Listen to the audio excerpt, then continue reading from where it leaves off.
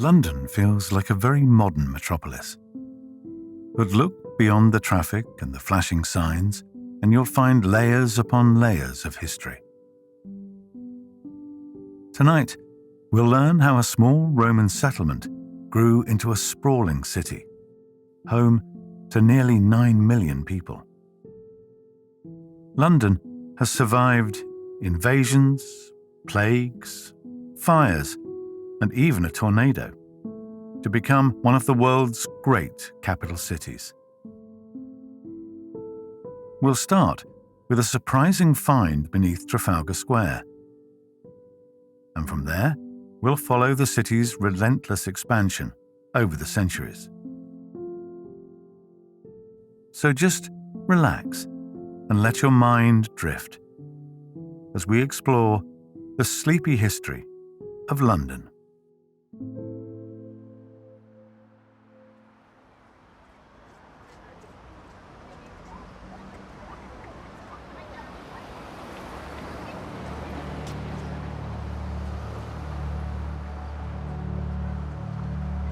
When you think of London, perhaps you picture Trafalgar Square, bustling with tourists and commuters, double-decker buses and black taxis. This square feels like the very centre of London. And indeed, nearby Charing Cross is the point from which distances from the capital are traditionally measured.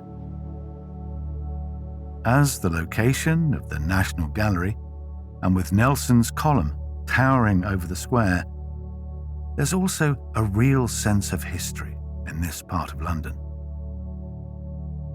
You can imagine that this place has seen it all the changes that have taken place over the centuries. Relatively speaking, most of the architecture in Trafalgar Square isn't that old. The National Gallery was built in the 19th century, as were most of the fountains and monuments. But the area now known as Trafalgar Square has been a significant part of London since at least the 13th century. And it's also the site of another hidden history. In the 1950s, during building work in Trafalgar Square, some ancient remains were unearthed. Cave lions, wild ox, hippopotami, and rhinoceroses. These beasts lived in the area during the last interglacial period, approximately 120,000 years ago. It's surreal to imagine that here, where taxis wait at traffic lights, a rhinoceros once roamed. However, the true history of London has to begin with the area's human inhabitants. Humans first arrived in Britain much earlier, perhaps as early as 800,000 BCE. It seems likely that humans were also living in the London area hundreds of thousands of years ago. There's some evidence of activity, such as stone tools and human remains. But London wouldn't become an official settlement for quite some time. During the New Stone Age, around 4000 to 2200 BCE, communities in Britain began to live a more settled existence. The hunter-gatherer lifestyle was phased out as people turned to agriculture and began to domesticate animals. By the Bronze Age, the London area probably consisted of scattered farming settlements. There would have been lots of sheep, cattle, and a relatively new development, domesticated horses. By the Iron Age, which began in 700 BCE, horses were being used to pull carts. Trade and travel were now much more accessible, and the people living in the area were more connected with the outside world. London was on the cusp of existence, but it was only officially established in the 1st century, the period around 43 to 47 CE. The Romans had just conquered Britain, and they needed a strategically located base near the river. They chose an area on the bank of the River Thames, and they named it Londinium. In a sense, this is where our history of London really begins, with the Romans. Londinium was small. It occupied a space of about half a square mile. To put that into perspective, that's about the size of the present-day Hyde Park. You could have walked from one end of the city to the other in about half an hour. Londinium was located on the north bank of the River Thames. Roughly speaking, it corresponded to the district that we now know as the City of London. That's the area where St. Paul's Cathedral now stands. The Romans established Londinium for strategic reasons. Its location on a low point of the Thames made it easy to access both by land and sea. It was the ideal site for a port. Londinium soon became an important trade hub for the Romans, and over the years, the population quickly expanded. By the 2nd century, Londinium was home to as many as 60,000 people. It was growing in grandeur too. At the time, the city's basilica, a building that housed law courts and other civic institutions, was one of the largest structures north of the Alps. Another important construction was the London Wall. Building work began around 200 CE, and when completed, the wall stretched for more than 2 miles, encircling the city. Repairs and additions were made in medieval times, and some of the wall still survives today. An impressive section can be seen near Tower Hill Tube Station. In the second half of the 2nd century, a major fire seems to have destroyed much of Londinium.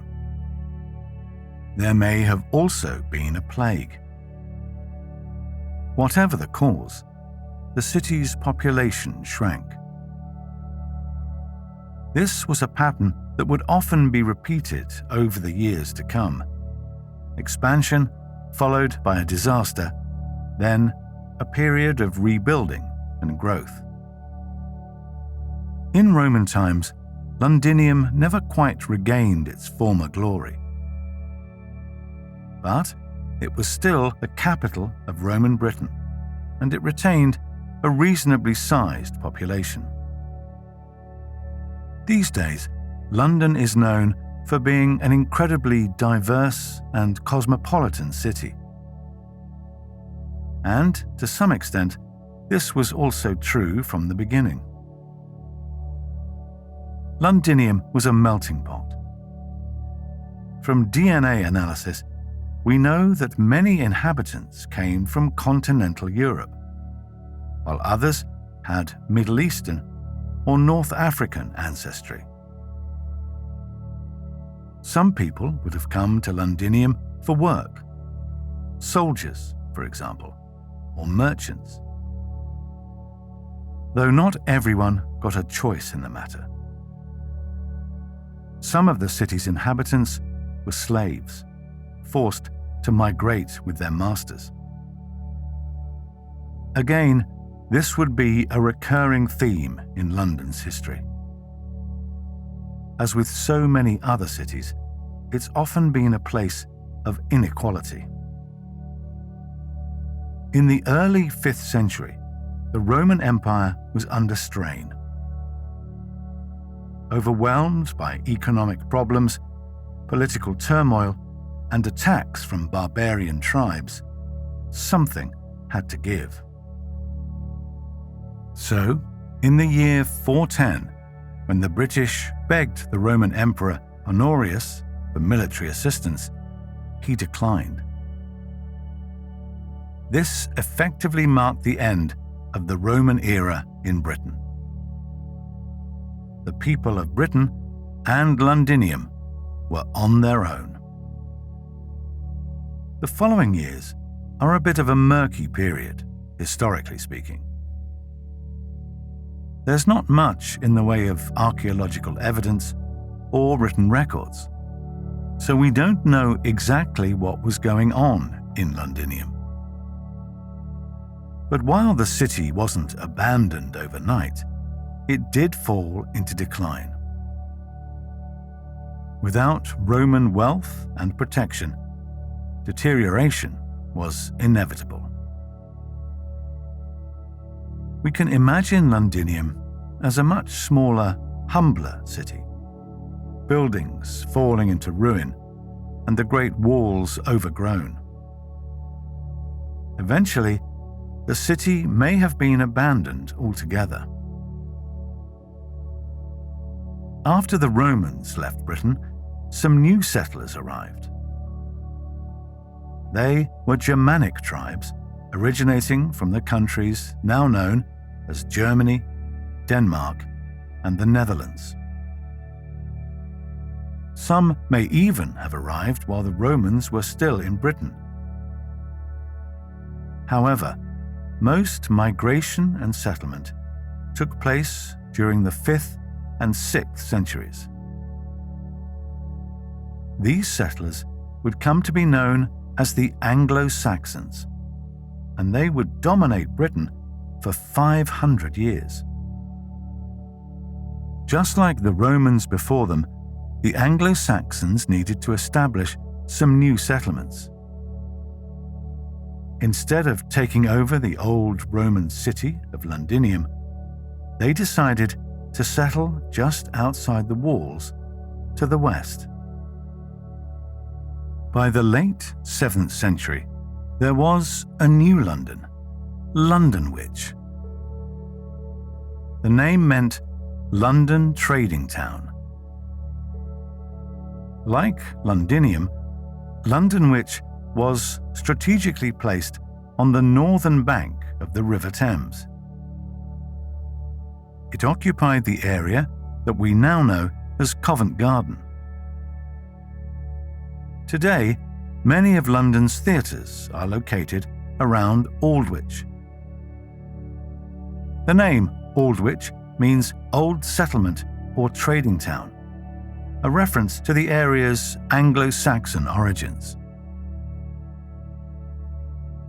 Apart from its geographical location, we don't know much about Londonwich. But gradually, it must have grown in size and importance as a trading centre.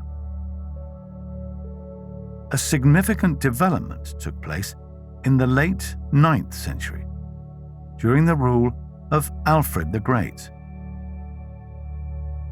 The focus of settlement seems to have shifted from Londonwich to its next-door neighbour, the old Roman city of Londinium.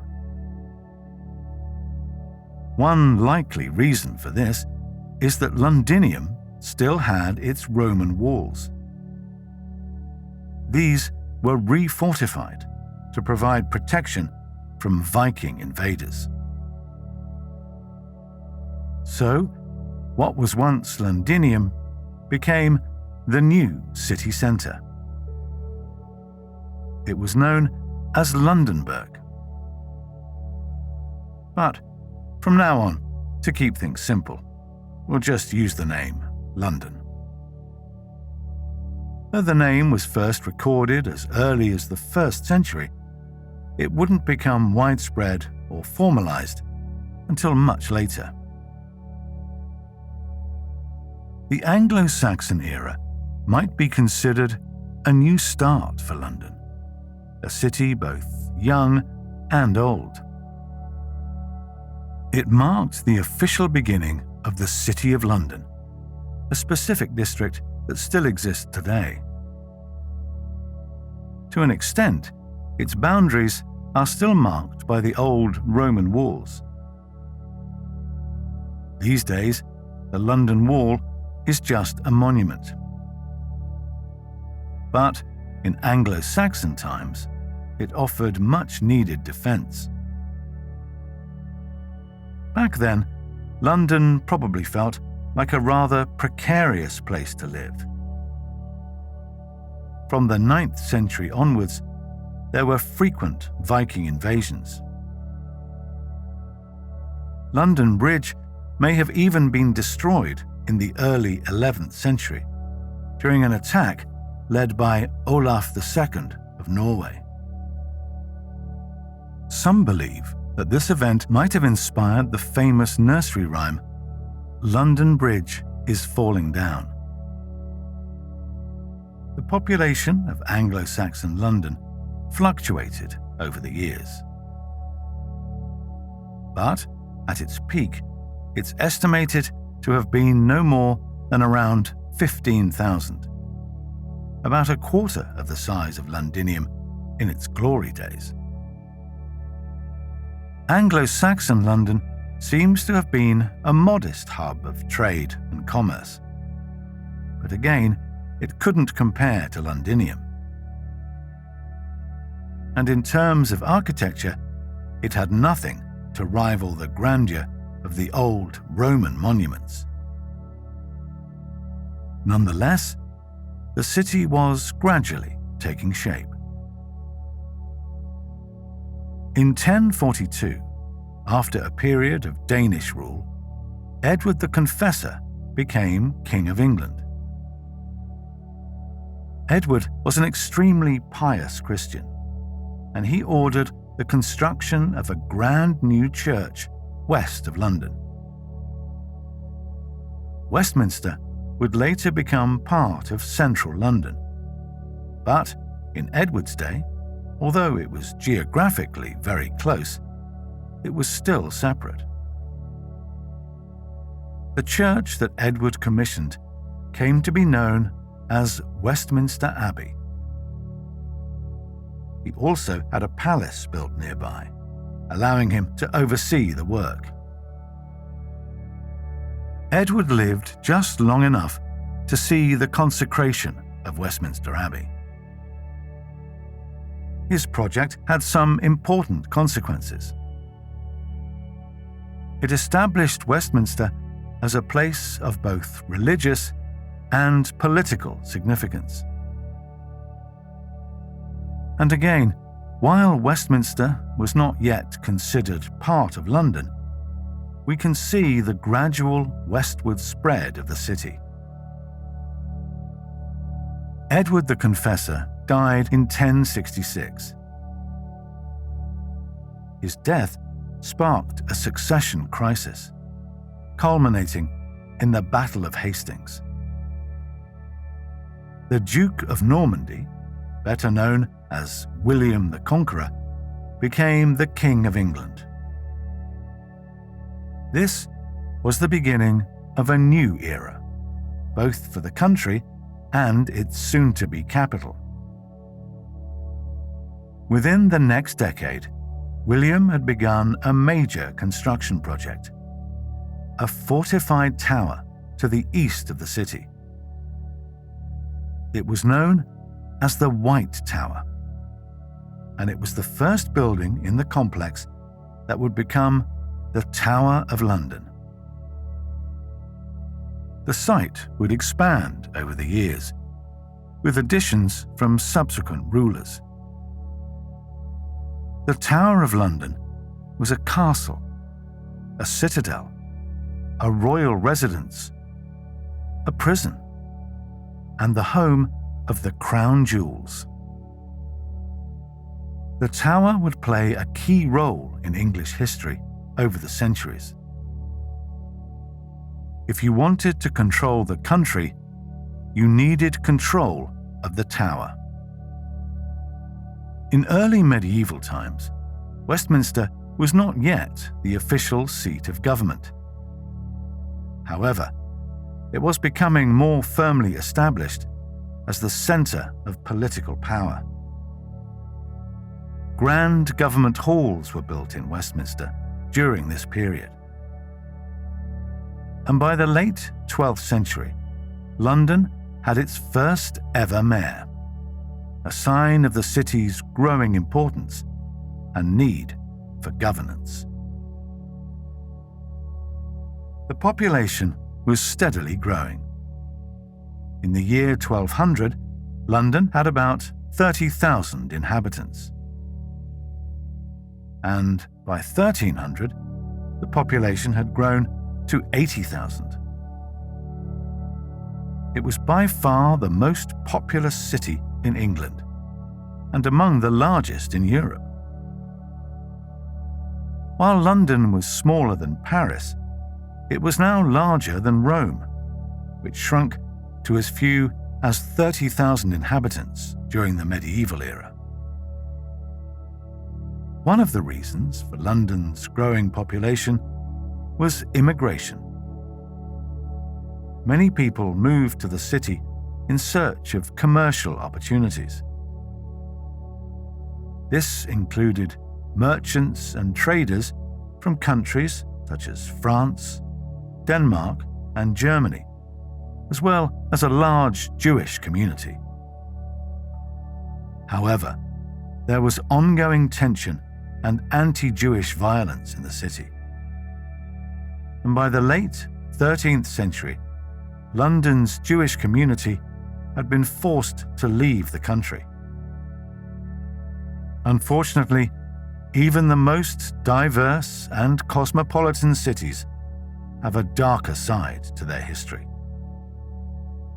London is no exception. There was also a downside to the city's growing population, the challenge of sanitation. Medieval London was filthy. Streets were filled with excrement and open sewers that sometimes flowed into the Thames. The presence of slaughterhouses, fishmongers, and tanneries would have added to the pungent atmosphere. There were some efforts to clean up the city. For example, legislation that prohibited rubbish from being thrown in the river.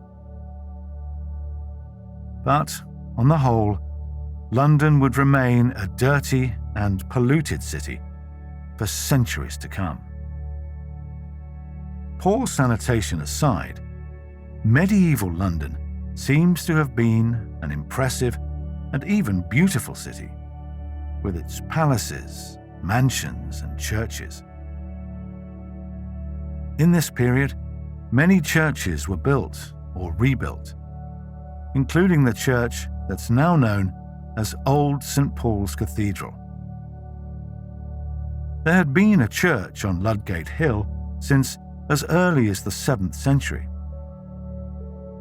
But in 1087, the building was destroyed by a fire.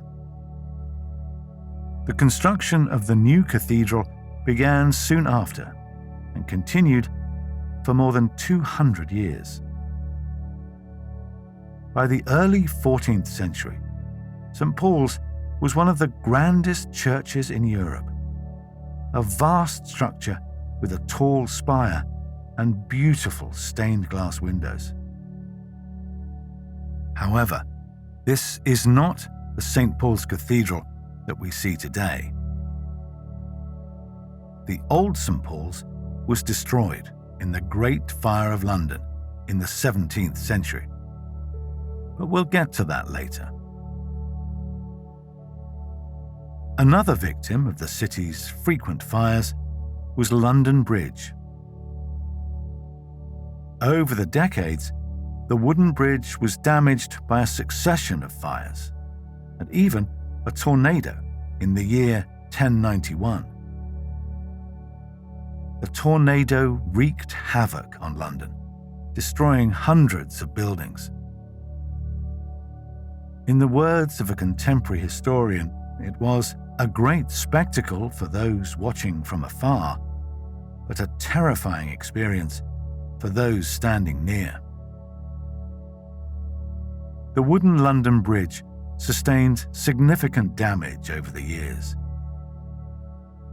And at last, in 1176, construction work began on a new stone bridge.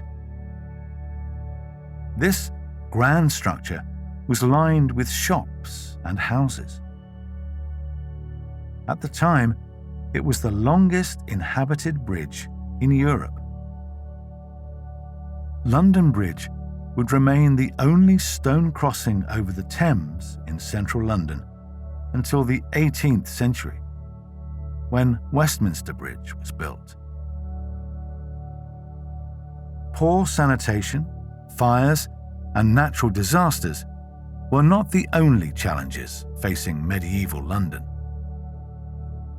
There were also numerous outbreaks of famine and the plague, which both had a devastating impact.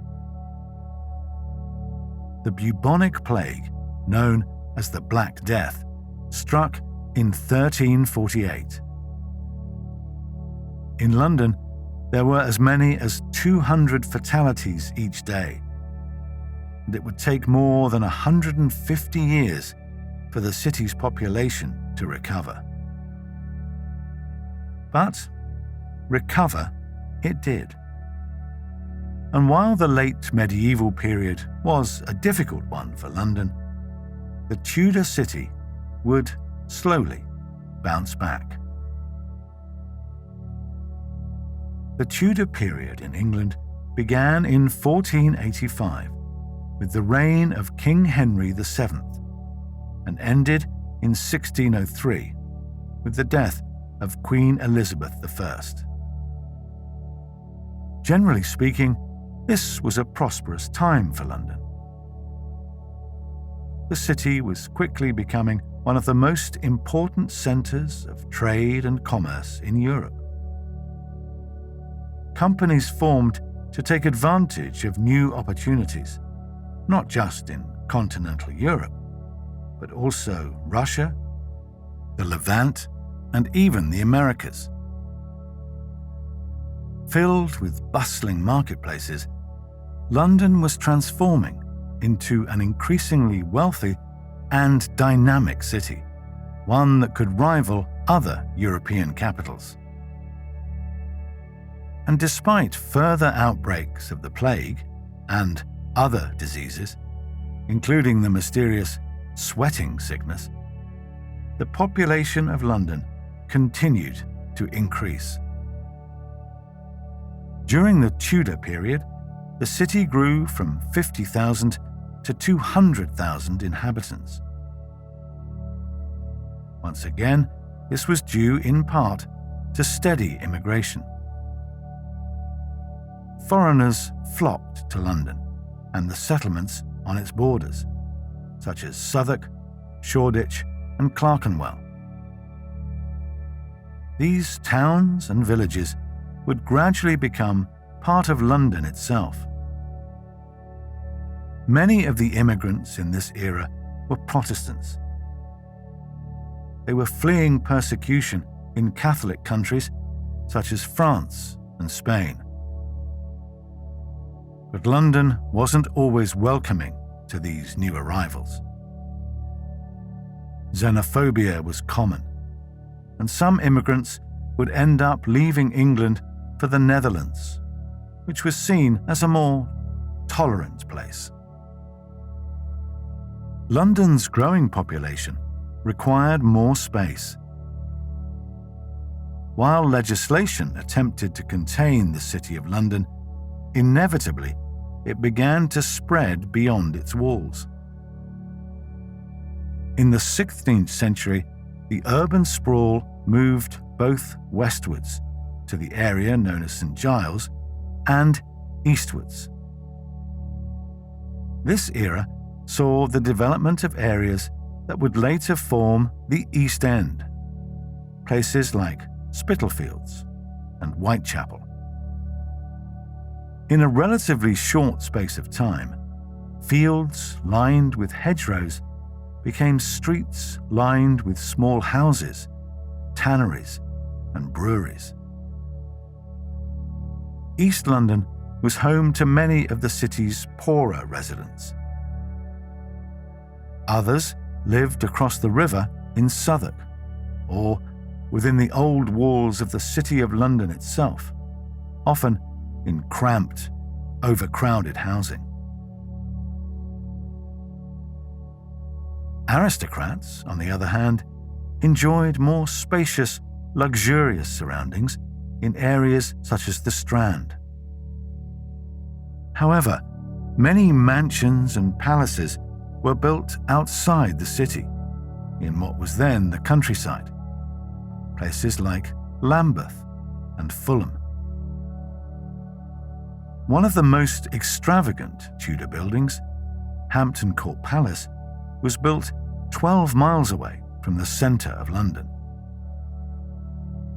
For a period, it was one of the residences of King Henry VIII. He needed space for his vast court. Not to mention tennis courts, bowling alleys, and a hunting park. But aside from the issue of space, even the more affluent parts of Tudor London would have been dirty and chaotic. Those who could afford to generally chose to live elsewhere. However, by the 16th century, London offered something irresistible: a world of culture and entertainment. Now, this wasn't exactly something new. Medieval London also had plenty of attractions. Jousts and tournaments, ice skating on the Thames, and the brothels of Southwark. Tudor London also offered some more lowbrow forms of entertainment, like cockfighting and bear-baiting. But now, there was even more to see and do, from live music in taverns to archery competitions, and the game of football. At the time, a rather violent sport. The city was also home to artists, poets, and playwrights. A lively cultural scene emerged in London, with travelling theatrical companies putting on performances. But in the late 16th century, plays were subject to censorship, and then banned completely within the City of London's jurisdiction. Theatrical performances were thought to be immoral, attracting vagrant persons. A more reasonable objection, perhaps, was that they posed a public health risk. Large crowds might spread the plague. So, theatre companies had to head to the outskirts of London to look for venues. They even built new ones. One noteworthy example is the Globe Theatre, which was built across the river in Southwark in 1599. The plays performed there included works by a particularly talented writer who was living in London at the time, William Shakespeare. London continued to thrive in the first half of the 17th century, during the Stuart period. But by the mid-17th century, England and its capital were facing a cluster of challenges which were unprecedented in their scale and timing. The English Civil Wars, the Great Plague, and the Great Fire of London, all within just a couple of decades. For the average Londoner, these last two events had the most immediate impact. The Great Plague began in 1665 and lasted for about 18 months. About 100,000 people lost their lives, a quarter of London's population. The poor were most affected, as the rich were able to flee the city for their country estates. Then, in September 1666, just as life in the capital was slowly starting to return to normal, a bakery caught fire. The bakery was located in Pudding Lane, in the heart of the City of London. Now, at this time, the layout of central London was still more or less medieval. Imagine a city of narrow, winding alleys, where many of the buildings were made of wood, with thatched roofs. The bakery fire spread rapidly and lasted for several days.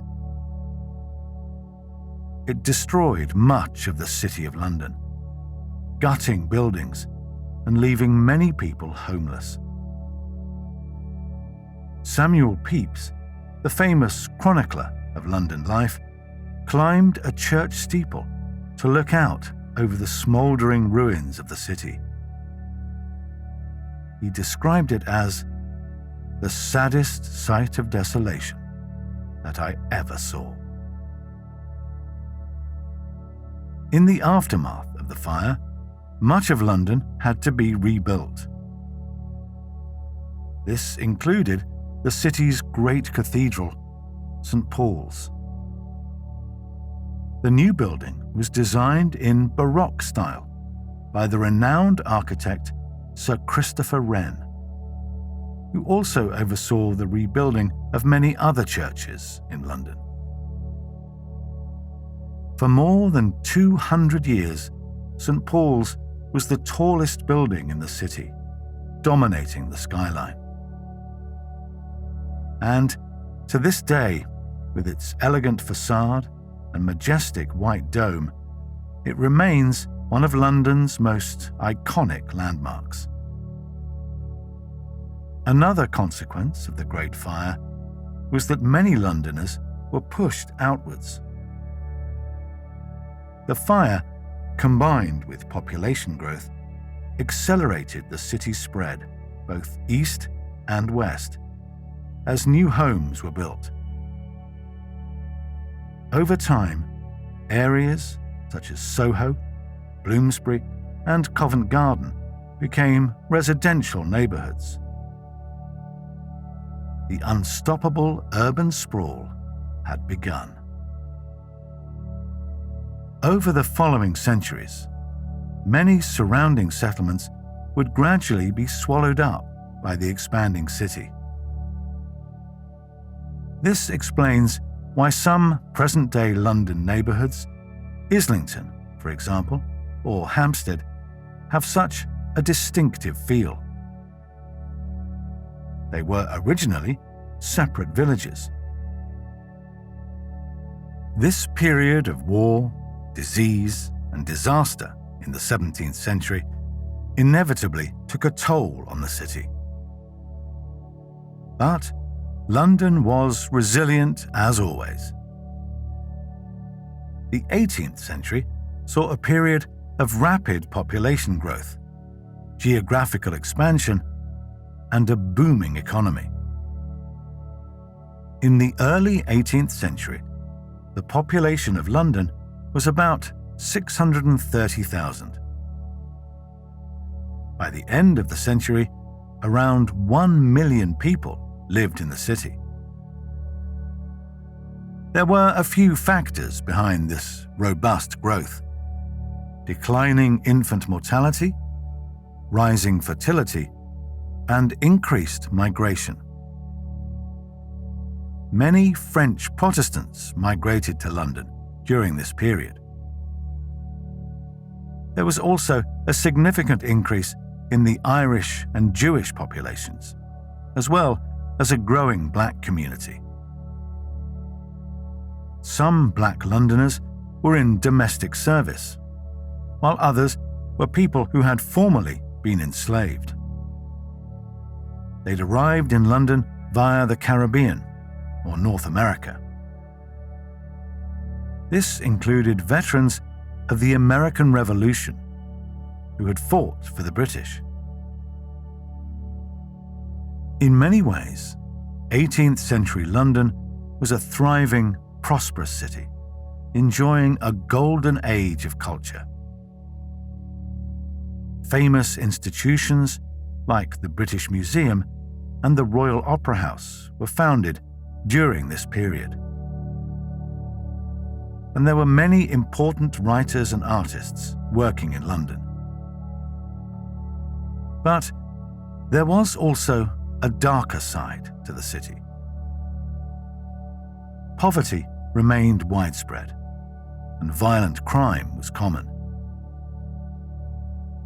In the summer of 1780, the city was rocked by a series of riots, which came to be known as the Gordon Riots.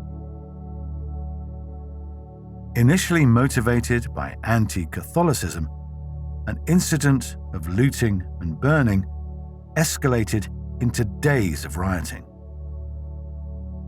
Targets included Downing Street and the Bank of England. And while law and order were eventually restored, the riots were extraordinarily destructive.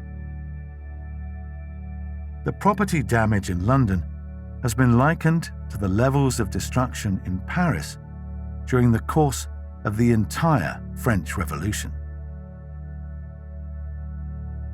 As we reach the 19th century, we can see the continuation and acceleration of many trends. Population growth, for example. London overtook Beijing to become the world's largest city. By the 1860s, more than 3 million people lived in London, and by the end of the century, the city was home to more than 6.5 million. This staggering growth was mainly driven by natural population increase and migration within Britain. But immigration from other countries also played a part. Ireland, in particular, especially following the Irish famine. Many other immigrants were political or economic refugees from France, Italy, Germany, and Spain. London's Jewish population continued to grow, and there were also smaller communities from India, China, and Africa. By the mid-19th century, nearly 40% of Londoners had been born outside of the capital. Interestingly, this has remained fairly consistent ever since. In present-day London, 40% of residents were born abroad. Another factor behind the booming population in Victorian London was declining mortality. This was partly a result of improved sanitation and better access to food. Still, Victorian London had many serious problems, including extreme poverty and slum-like housing conditions. The novels of Charles Dickens, such as Oliver Twist and David Copperfield, portray the grim reality of life in London. Pollution was another major problem. London was nicknamed the Big Smoke because of the smoky atmosphere. This was caused both by industrial pollution and the sheer quantity of domestic fires. In this period, everything in the city took on a soot color, from the buildings to the grass, and apparently even the sheep that grazed in Regent's Park. However, in the 19th century, there were real concerted efforts to tackle these problems. While high levels of poverty remained a problem well into the 20th century, for many Londoners, quality of life gradually began to improve. During the Industrial Revolution, there were major changes across the country. These included the development of the railway. In the ever-growing capital city, there was an increasing need to reduce street congestion. Underground train travel offered the perfect solution. Work on the London Underground began in 1860, starting with the Metropolitan line, which opened a few years later. Further lines were added over the following decades. And by the end of the century, the London Underground, which later became widely known as the Tube, had millions of passengers. In terms of size, the Tube was later overtaken by underground networks in other cities, including New York and Shanghai. But it's worth noting that London was the pioneer with the world's very first metro system. In the 19th century, Britain was at the height of its imperial power, and its capital was a city of global importance. London had become a hub of international trade and finance, a bustling metropolis that attracted immigrants, businessmen, and wealthy tourists. And in terms of culture, London was practically unmatched. The 19th century saw the foundation of more cultural institutions, including the National Gallery and the Tate Britain, as well as the construction of some of the city's great landmarks. These included Tower Bridge, Trafalgar Square, Big Ben, and the Houses of Parliament. Of course, by this point, government business had been taking place in Westminster for centuries. But the Gothic-style building we see today, the Palace of Westminster, is a mid-19th century reconstruction. As you can probably guess, the previous building had been destroyed by a fire. In Britain, the first half of the 20th century was defined by two major events, the First and Second World Wars. Between 1915 and 1918, London was bombed by German airships. Hundreds of civilians died during these attacks, and many more Londoners lost their lives during combat. But the Second World War, which began in 1939, had an even greater impact on London. The German bombing campaign, known as the Blitz, was particularly devastating. And while London wasn't the only target, the city suffered terrible losses.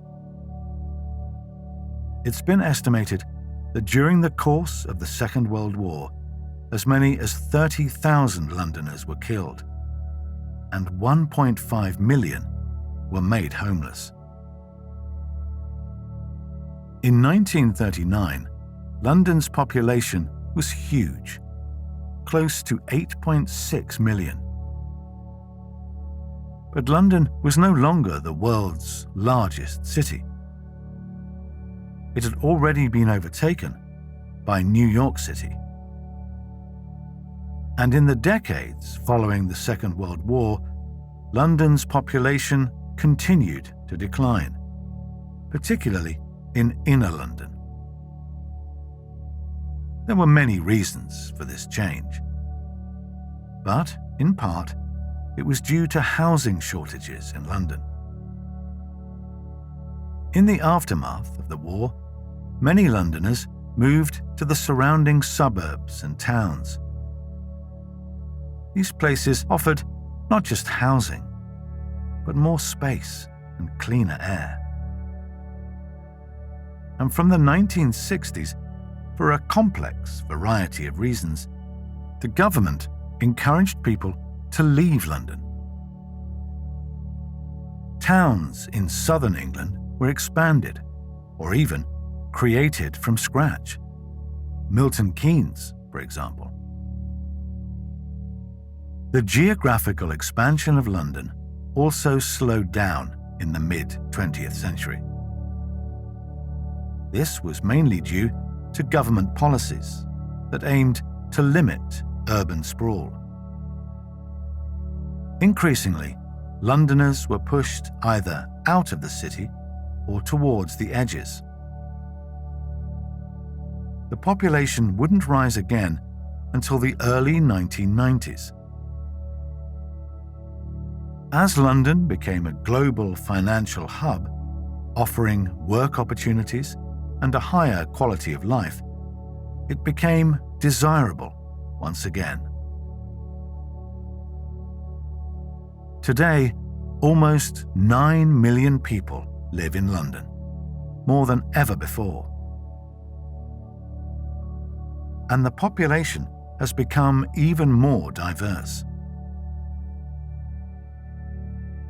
For example, more than 300 languages are spoken in London, making it one of the most linguistically diverse cities in the world.